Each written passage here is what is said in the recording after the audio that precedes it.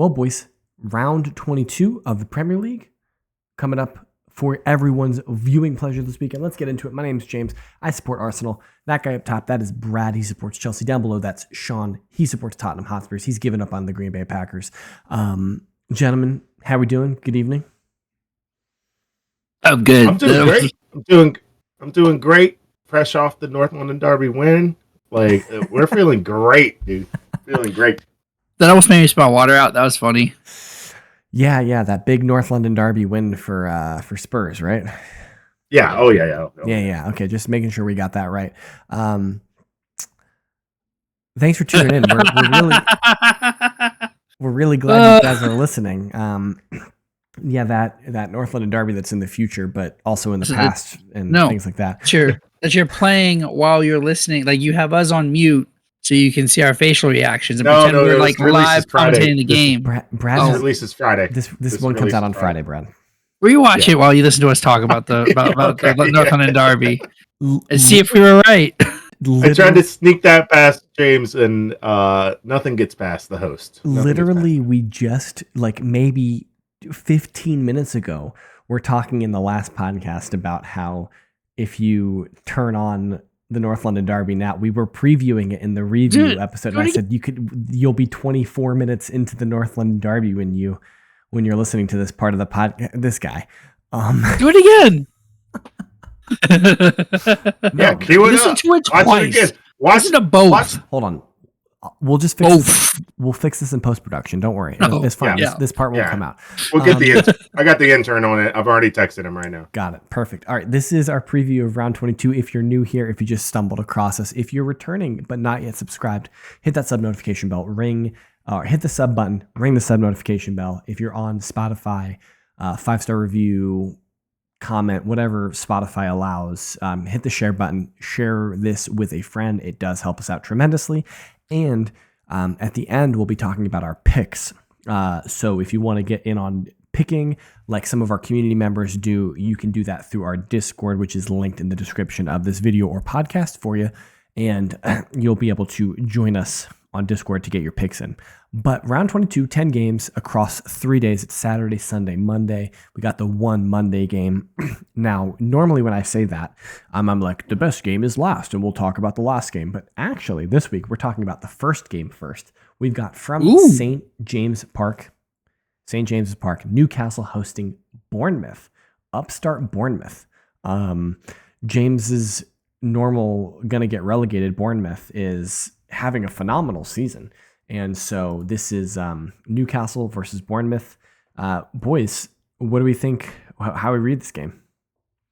This is 5 versus 7. Neither team has lost in their last 5 games. I mean, Newcastle's on a hot streak, right? They've won 5 in a row.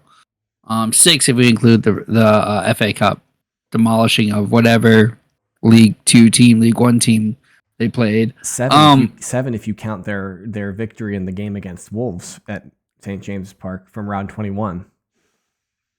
Yeah, that one too. Yeah. Blew my mind. I totally forgot about that game. Slipped your mind. No, totally. Yeah, we watched it. We commented on it in the review episode. Yeah. But like Bournemouth they're scrappy. Like you're like, how are you still? It's kind of like Forest. We're like, how are you still around the top 8? How are you still with a shot for European football? I actually disagree with that assessment. I think Bournemouth are just legitimately good. Like, I think that when you watch them play, they play good football. Their attackers are driven, and they are constantly attacking the goal. They're not passing the ball around trying to score the perfect goal. They're not trying to walk the ball into the back of the net. They're just like, they play with the purpose. You. Yeah, absolutely. They play with the purpose. Yeah. And I think that they're very good at it. So I think they're just a good team. I think we have covered this a couple times, that with us acquiring Dominic Solanke, I think we all collectively as a podcast thought naturally when you remove the best player off of a team like that, you would assume that they would take a step back. And they somehow got better, which is the crazy part. Just Yeah. taking Solanke off the team made them better somehow. I think. Go for it, Brad. This is interesting too because I think they're down. Like both of their starting strikers, are injured. Well, no, their starting striker is Evan Nilsson, right? Yes, and he's hurt. Okay, I didn't realize that. I'm sorry. Yeah. Evan Nilsson got hurt, and then their backup to Evan Nilsson also got hurt. Wow. So there's talk of them dipping into this, yeah. Because Oratara started up front for them. I probably so they're just that name part. So they're just relying on like they are scrappy, and Semenyo is like their key to everything. They're relying on their wingers definitely, and what is it? Argentinian Jack Grealish. Semenya? No, it's not Semenya. It's the other S guy. What's his? I can't remember his name right now. Hold on, I'll get there in a second. I think he's hurt too. No, he's not. He played against you guys. Argentinian? You mean what? Welsh? No. Hold on. This is good radio. This is great because they're Canadian, Netherlands, great radio. Burkina Faso, Ghana, United States, Scotland, Wales, England, Ukraine, England, Hungary, Spain, Ireland. I just named all of their player nationalities from the bench and that played against us. I don't see a single Argentinian on there. Yeah, I think you're. Maybe my country is messed up, but. Oh, where is? I think you're talking about Mark Travers. Anyways, no, I'm not. The wingers but Inasunal. Like that's what. So like being scrappy doesn't mean that I was thinking they're a bad team. It means they find a way to get a point or get 3 points. And so like, I'm not gonna say a trap game, but this like Newcastle might slip here. Yeah, it's fully, like it's fully possible. They don't have a problem. Like they travel well. Right, because of the way that they play direct football, if they can get a goal and get St. James Park a little bit quieter, then like, yeah, they got a shot here. Now, you saying all of that, huh? You mean in terms of they play on the road very well? They travel. Yeah. When you say they travel, okay. All right. They travel very well. They play on the road very well. They don't get rattled. Let's say it that way, because they are the team that scores goals 90th minute plus. So like I was working during the Chelsea game and one of the guys goes up to me and goes, "Hey, Brad, the Chelsea Bournemouth game was a draw, and there was a 90th minute goal to draw." I was like, "Oh, Bournemouth scored in the 90th minute? That sounds right." He's like, "No. Chelsea did." I was shocked. I was shooketh.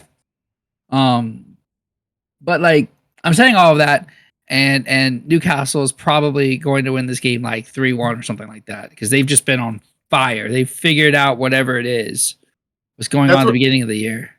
That's what I was going to say. I could do quick math, and I can try to, but they have won their last 8 games in a row, period, all competitions. And quick math, we're 5-1, 7-2, 9-2, 12-2, 16-2, 19-1, and that makes 23-2 in their last 8. Is the goal differential. 8 matches, 23 goals for, 2 allowed. Yeah, Isak has been on a tear, and their defense I'm sorry, figured it out. 3 allowed. So it's 23-3, which is absolutely ridiculous. Yeah. So I would say Bournemouth are good, and I wanted to make sure they got their praise for just a moment. But Newcastle, especially over the last 8 games, have been absolutely world beaters. I mean, just unreal. And they took Trippier out of the lineup, and look what happens. Apparently, you know what, Brad? I'm gonna take you to task on this. All right, you want to make jokes about Tottenham players winning cup games all over the place. I'm surprised you didn't make a royal joke about him winning the Italian Cup. Too easy. I could make the joke about Pulisic leaving Chelsea and finally winning a cup, but I think he won a Champions League, so I'm not going to do that. Wasn't he on the team when you guys won the Champions League? Yeah, okay. I wanted to make. I was pretty sure, but you want to make the joke about Tottenham players leaving and they win a cup? Well, you can't make the joke about Trippier leaving Tottenham and then stinking, and it makes Newcastle worse. Like that's not the same joke. That's the polar opposite of the joke. Wait. Did the first team he left Spurs for, didn't he win a trophy the first year after that? Atletico. Yeah, I'm not sure. I'm not sure it was the next year, but he certainly won trophies at the Atletico Madrid. Yeah, and they came to Newcastle and helped them get top 4, which is essentially a trophy, right? The Wenger Trophy. But All Wenger was you saying can't is have both. You can't profitable. have both. Like you can't be like former Tottenham guy sucks, and once they take him out of the lineup, then they don't win anything, or then they're better. But you also can't have Tottenham player goes to AC Milan and they win a cup, so he's better now that he's not with Tottenham. You can't have both. I think you're forgetting the fact that we absolutely can and we absolutely will. 100% of the time. All right. You know what? You're right. This is red card radio's whose line is it anyways, where the points are made up and nothing matters or whatever. Tottenham doesn't matter. The points are made up and Tottenham doesn't matter. Yeah, that's all right. All right, got it. Yeah. But James, Brad, shall we get into the evening game on Saturday? Oh, evening! I see what you did there. Well done, Brad. You were making fun of a man who English isn't his first language. That's very. I was bringing us into the next game, sir. It was a great lead-in for you. That's a very toxic. It's very toxic AFTV of you. Who are back to being toxic again.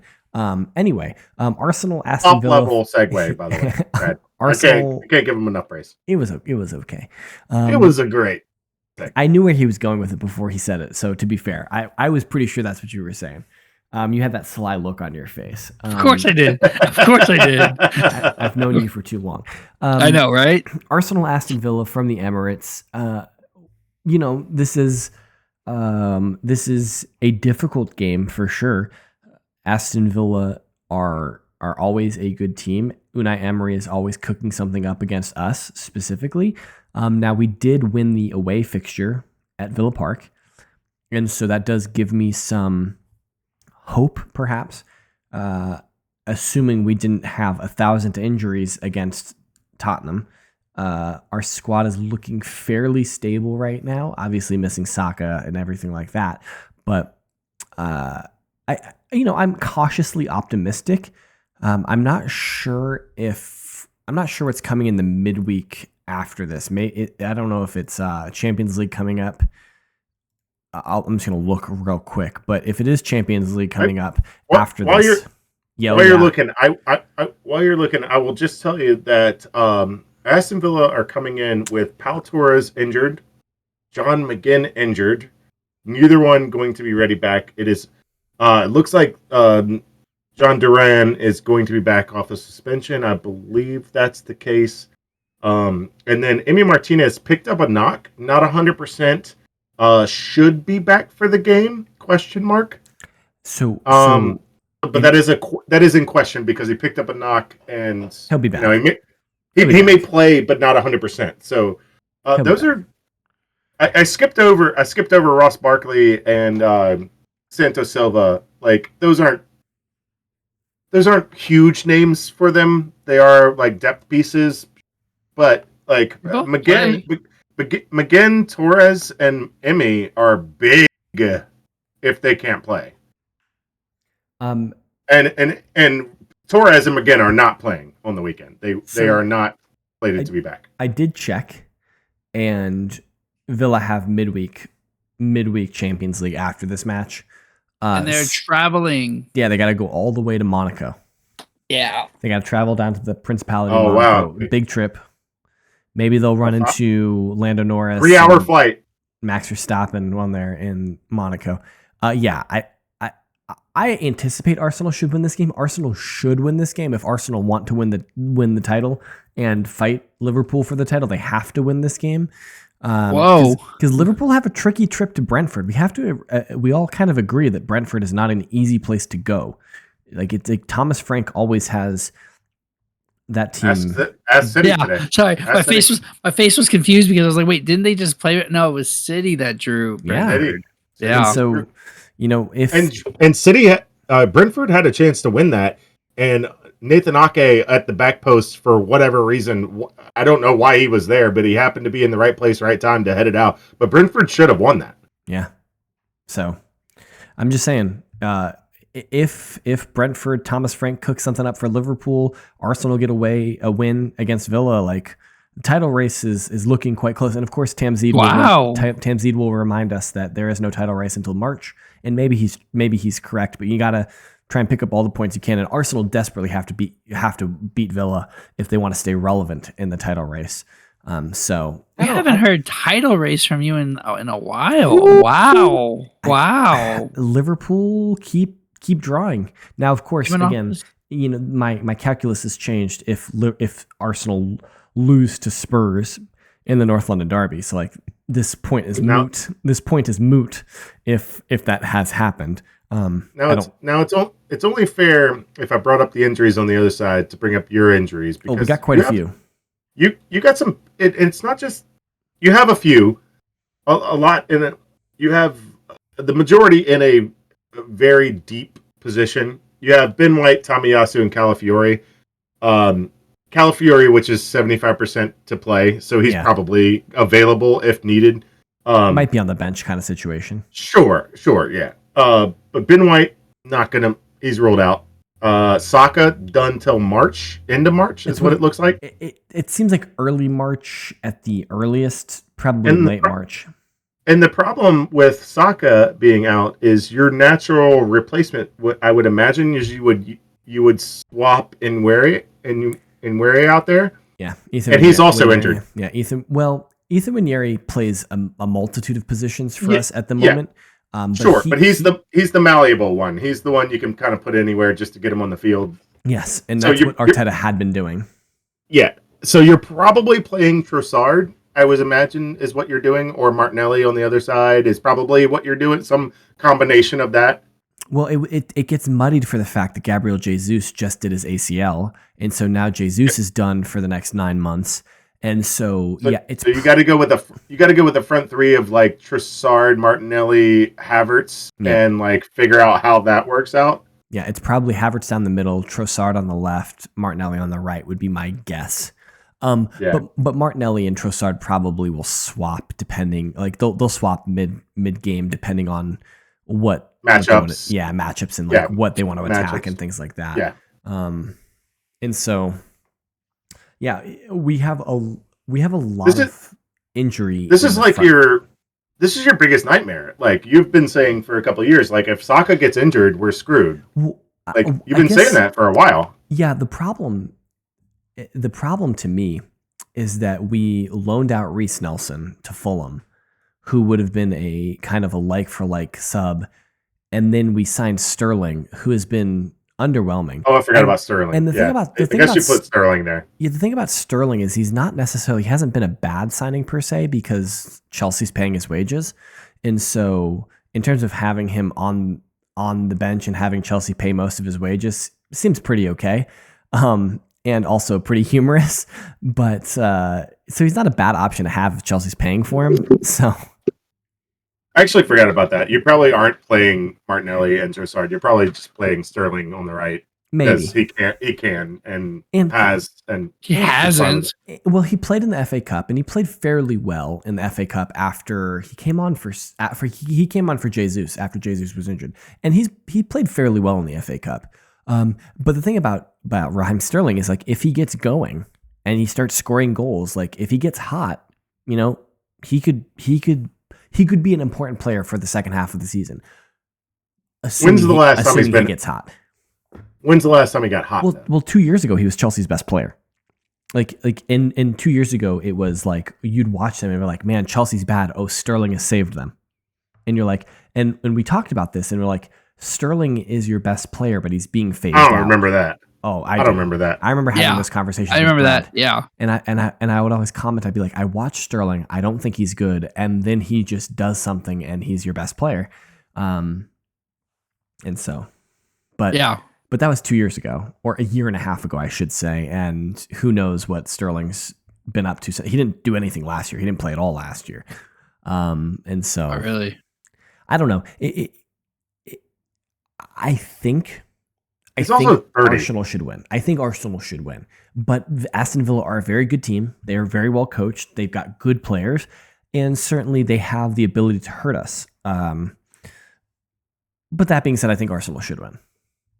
Yeah, I mean, I think both the games we've already that we previewed. I think Newcastle and Arsenal are both the They're the betting favorites. They should be correct. They should be the favorites. They should be the ones that end up getting all 3 points. This next one though is super spicy. We have Brighton who've been kind of floundering. We have United that have been in a dive bomb until the past couple of games. Do they keep up their form with Liverpool and Arsenal against Brighton at home at the Theatre of Dreams? Or do we get back to what we've seen from United and who they really are? And this, like, they can't figure out how to play this type of football. And they just keep getting wrecked by teams that aren't Arsenal or Liverpool. Does that continue? Does Brighton figure out a way to get goals? Or do we think United have figured something out?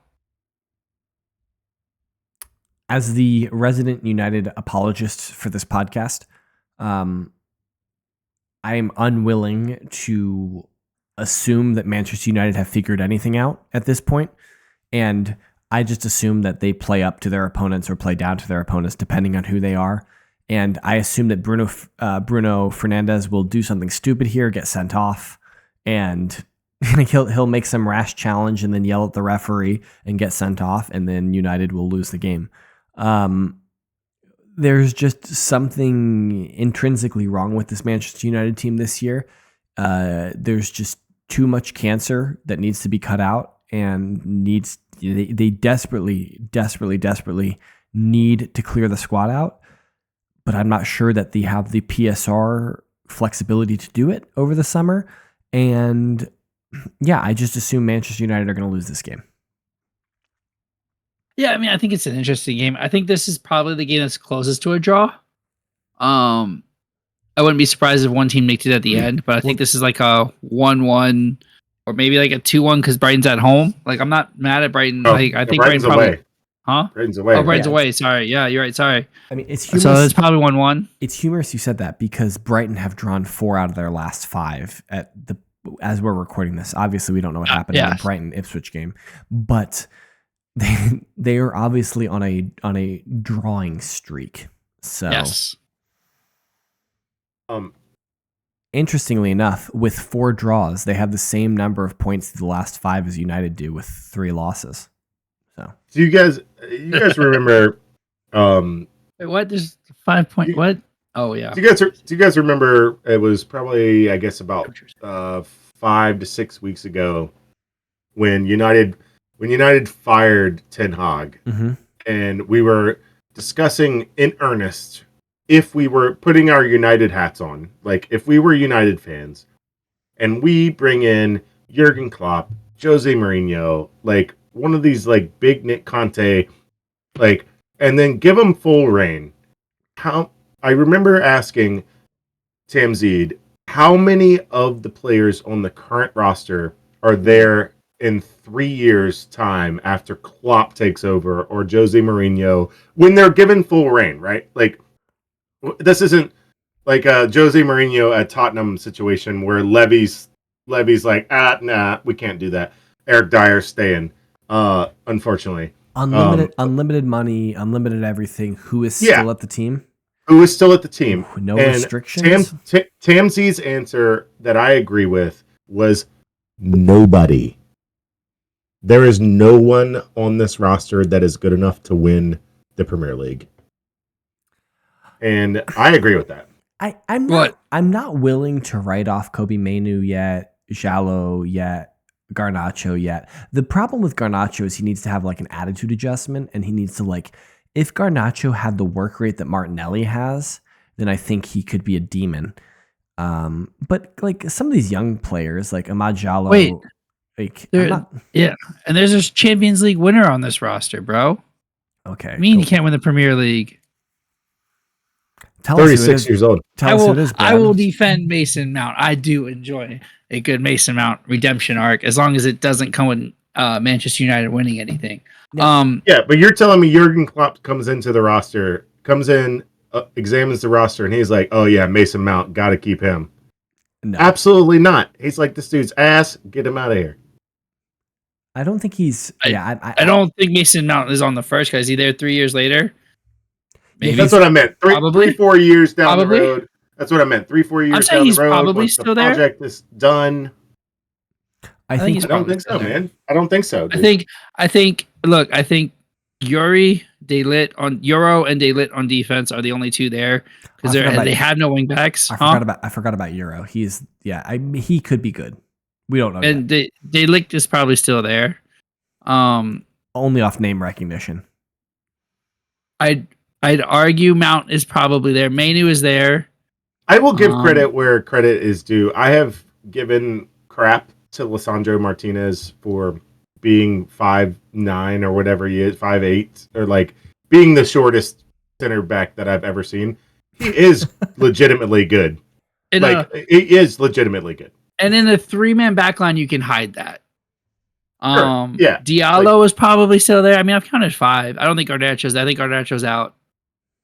Is Garnacho out because he's an asset that you can sell, or that he's like not good enough? I think I'm gonna say yes. I think his biggest yes to a either or. I'm saying both. Yeah, I think if he had the work rate of Martinelli, he would be so good. But he doesn't have the work rate of Martinelli. He has the work rate of Cristiano Ronaldo. And Manu might not be there because of PSR. Yeah, but we're throwing all that stuff out. I think that some of those young cats, like if you're throwing out all of the restrictions. Mano's good. Diallo's good. I think they have futures there. I may be willing to shift my answer to maybe there's a couple players. I think it's more than 0, less than 5. Yeah, I think somewhere in there. I'm not mad at that. Yeah, somewhere between 1 to 5. But the fact is, the Glazers are the Glazers, and they're not going to allow that type of overhaul because they want they want Paul Pogba, they want Ronaldo, they want Ineos are the ones that have the sporting control now. It's Sir Jim Ratcliffe and Ineos that have the sporting. Oh, they gave up sporting. They gave up sporting control. It's the only way he did it. In the 25% that they sold to Ineos, Ratcliffe got sporting control. But so we actually don't know. Yeah, but think style about this. Of ownership. They went. Manchester United went out of their way to sign the guy from Newcastle, put him on gardening leave, and then picked him up when he was out of contract, essentially, or the gardening leave was over. I forget what his name was, but they were. This is the sporting director guy. Okay. Oh, I'm so upset I can't remember what his name is. Someone Google that while I'm talking. But they went out of their way. They went out of their way to get the guy from Newcastle, and then they fired him 5 months into his tenure. They just fired him. And so I think Ineos is having a culture shock at the moment in terms of like how Ashworth. they get. Yes, Dan Ashworth. Yes. And so they're kind of having a culture shock on trying to figure out what it takes to turn them around. So, but that's a good question. That's an interesting. Do we have Manchester United supporters in the chat or in the group? We'll have to see if any of those Manchester United supporters want to weigh in on that. I think it's a really interesting exercise with anybody's team, not just United, but like do it with your own teams too. Like when Arteta took over and they gave him like how many players are left over from when Arteta took over? How many players are left over from when Ange took over? I think it's 1. I think it's Son. Romero. Like, there's not much. There's not much left. Arsenal fans like to put up the Arteta's first starting 11, and it's a meme. It's a meme. It's so bad. I guess Ange has been here less time than I thought. So there's Kulusevski. There's Bentancur. There's some holdover. Spence. Yeah, that was a Conte, because remember that was a club signing, right? Like Conte made a point to say that is a club signing. I don't want any parts of that dude. Yep. And now he's a starting center back because we need him. Even though he's a left back. I'm pretty sure Porro. Yeah. Now that I'm thinking about it, I'm like, your team is. Ange hasn't been around long enough to like fully flip the roster, but also like we had decent project players beforehand, like Porro like spends, like decent project. Like these guys could be something if we mold them type deal. And I know your roster is full of them. Like, yeah, so you know what I'm saying. Like, team is, yeah. Your project, your whole team is a project of like, if they have talent, can we mold them into players? Can we mold enough of them to have a good enough team to win the league and still sell some to make our money back? You guys are doing the spaghetti model where you just throw a bunch of spaghetti news at the wall and figure out what sticks. Yes. Yes. To answer your question, Sean, there were 4. Bukayo Saka? Yeah, Saka was one of them. All right. There were 4. One of them was on loan, so that would have been 5. So there are 5 players currently at Arsenal right now that currently regularly hit the bench or on the field. No. Okay, one of them is on loan this season. He's still technically an Arsenal player. That's Reece Nelson. So Reece Nelson's one of them. Okay. 3 of them are starters for Arsenal. And one of them is only on the team for 5 more minutes until he gets sold. So that's Saka, Martinelli, Gabriel, Saliba. The back. Saliba was on loan. On loan to St. Etienne. And then Kieran Tierney was the other. Kieran Tierney doesn't count, but I guess technically whenever he's healthy, he's either on the field or on the bench. So he's on the bench now. He's on the bench now generally. Yeah. So he came on in the FA Cup match. Put in a really nice cross that no one attacked. But I think that's a generally good exercise to think about with your team of like, if a manager comes in who knows what they're doing, knows what they want, and is given full control, how many of your players are still there in 3 to 4 years once the roster cycles? I think that's just a fun exercise. Yeah, I like that. We down to 2 that won the Champions League in 21. Yeah, you guys fully flipped your roster. 22. We fully flipped our roster. I mean, it started before Ange, so that was a tough win for me of like Ange to like, but like between Conte and Ange, if you go back before Conte, there's basically no one, like Son. That's it. Son. Like before Conte. Yeah. There's nothing left. Sean. Yeah. Man U versus Brighton. What's your take? We're still I wish it was at the Amex. So yeah, you guys know my feeling about United. They're generally pretty poop. So I'm thinking that Brighton take it. They just take it. Brighton just take it to the other. They're like one of those like punch first type teams. Because they have an American head coach. Maybe like they're just the first one to throw a punch, and like that's just how they play. And like we're here, and what's up, and like right off kick, we're going, and not quite as much as Brentford because we've talked about Mbuemo. I was gonna say scored it like not quite like Brentford. Yes, but they like to just hit you first and knock you off guard. And I just don't know under Ruben if they've got their sea legs under his style, and like they're trying to understand his style and do it right, and everybody's trying to earn their keep. They're trying not to get let go in the off season. Everybody's things are better in sports when you understand everything at a level where you don't have to think. You don't think, you just react. And I think now United are in a time of thinking and not reacting. Yeah, that's a good way of putting it. So that's a good way. That's a good time to hit United with a loss here, and that's what I'm going. All right. Well, like Sean said, you can get your picks in on our Discord, like I alluded to earlier.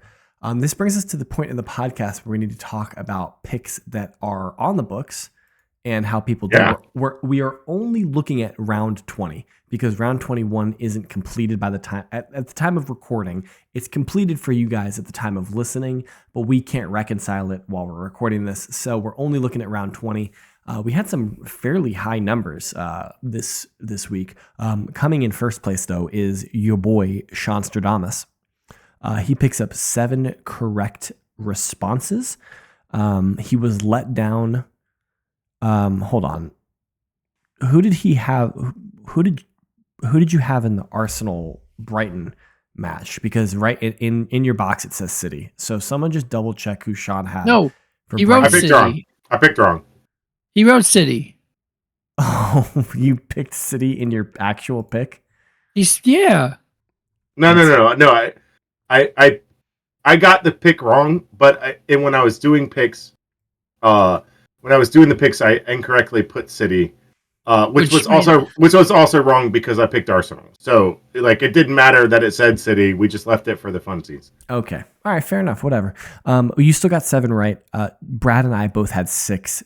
Jimmy and Joel have 5 each, and I think those were the only respondents for. Yeah, we had a low turnout. Yeah, just the 5 who have done it all the time. The 5 of us, and I think that keeps Sean in first place, probably. Oh, Brad and Sean. I'm behind Jimmy. Jimmy. Oh, yes. I forgot. I keep forgetting about Jimmy and Jack and their 2 brains. But Jimmy and Jack still in first. Brad and Sean tied on points, 100 so far. So we'll have to see how that shakes out. I've surpassed Joel. I am in sole possession of 4th place with 81. Yeah, that's right. So, hey. Don't you have like 40 games more predicted than him?